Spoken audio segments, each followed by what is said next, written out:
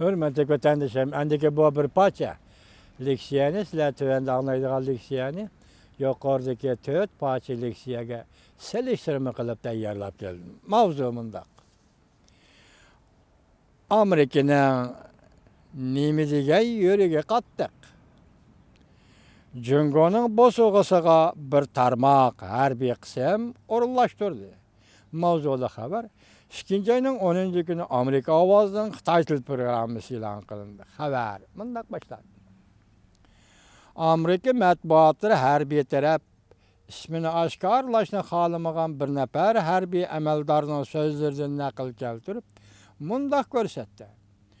Jungo'ning bosh ko'tarayotgan harbiy kuchiga taqobil turish uchun.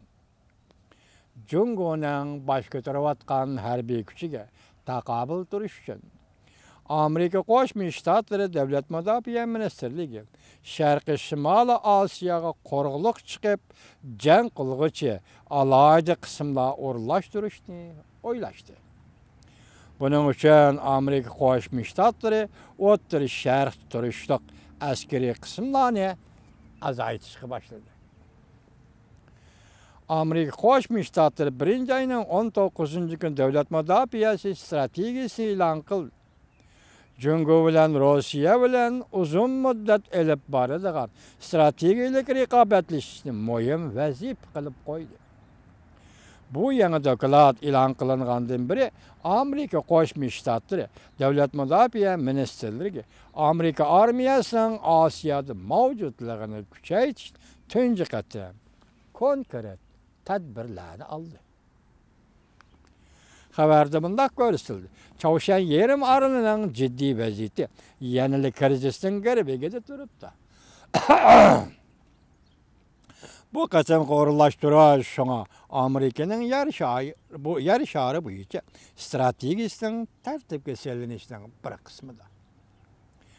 Amerika dengiz armiyasi qo'rg'liq chiqib jang qilg'uchi qismlarining Iroqqa safar qilish guruhi jumladan qo'rg'liq va havoda urush qilg'uchi qismlari tanka, minomyot va ikki taraf qo'rg'liq va dengizda zarba berish qurollari bilan qurollangan bu qismlar Amerika tez inkas qaytarish qismlarining tarkibiy qismlari edi. Iroqda safar qilish guruhi 2200 nafar ofitser jangchilardan tashkillangan. Bu qo'shin Iroq safar qilgandan keyin Amerika armiyasining burayindagi jangovar kuchini yuqori ko'tarildi. Navbatda Amerika Yaponiyaga 50,000 kishilik harbiy qo'shin o'rinlashtirdi. Navbatda Amerika Yaponiyaga 50,000 kishilik harbiy qo'shin o'rinlashtirdi. Sizlar musha xabar bilan Baya Afg'oniston chegarasida Amerika armiyasi Sharq Turkiston islom harakatiga zarba berdi, bombaladi degan xabarni selishtirib ko'ringlar, hurmatli vatandoshlar. Amerika armiyasi Sharqda oldingi safga harbiy qo'shin o'rinlashtiryapti. Boshda aytgandek, Jungo'ning bosh ko'tarishiga taqobil turish uchun. Jungo'ning bosh ko'tarishiga qarshi harakat qilayotgan Uyg'urlar bo'lsa, Afg'oniston tarafda B-52 bombardimonchi aeroplan bilan bombardimon qildi. Xabar rasmi, yolg'on. Mana selishtirib baqsanglar. Buning ichida 18,000 nafar ofitser jangchilar Amerika dengiz armiyasining qo'rg'liq chiqib jang qilish qismlariga mansub edi. Amerika Qo'shma Shtatlari Uyg'urlarning Malayziya tarafdan Jungo'ga o'tkazib berilishidan ansirdi. Mavzuli xabar 2-oyning 9-kuni Amerika Ovozining Xitoy til programmasi e'lon qilindi. Bu boshqa matbuotlar torbetlarda berilgan xabar edi. Men bugun buni qaytlab yurmasam bo'ladi. Biroq Xitoyning Fanchi Shibao gazetining anandagi Amerika Ovozidagi bu xabarni yozgan Anhua ismli Xitoy muxbirining xabarlariga selishtirma qilib, men buni tayyorladim vatandosh.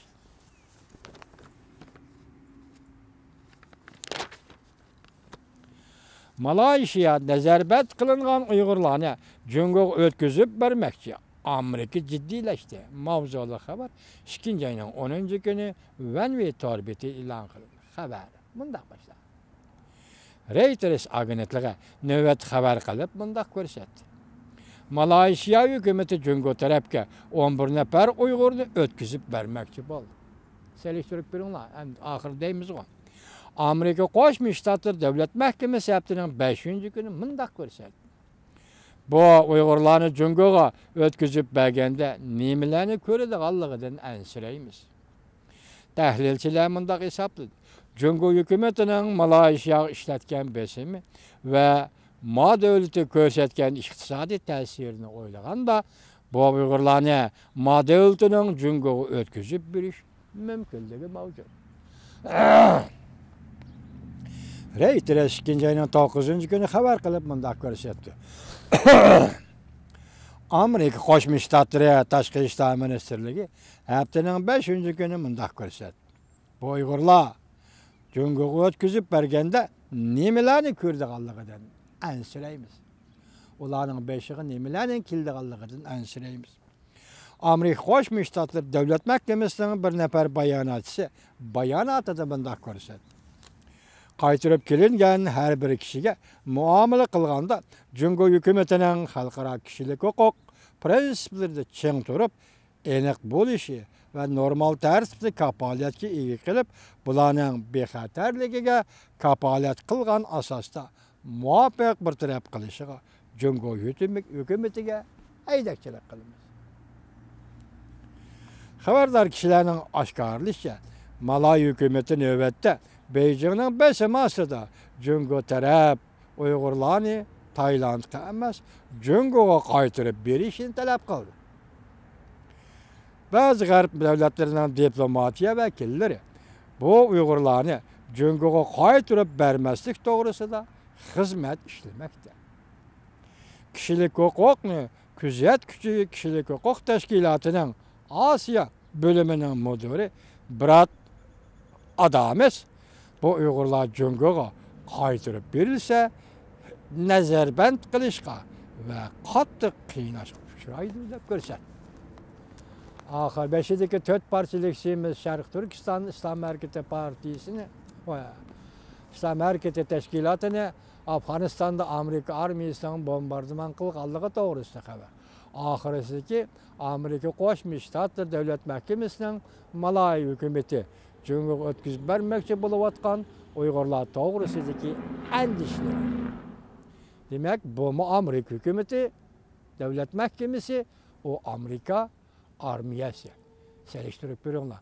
Xitoy zodi yolg'on xabarni qanday tayyorlaydi? Selektirib beringlar vatandoshim. Oxirida so'zishimiz.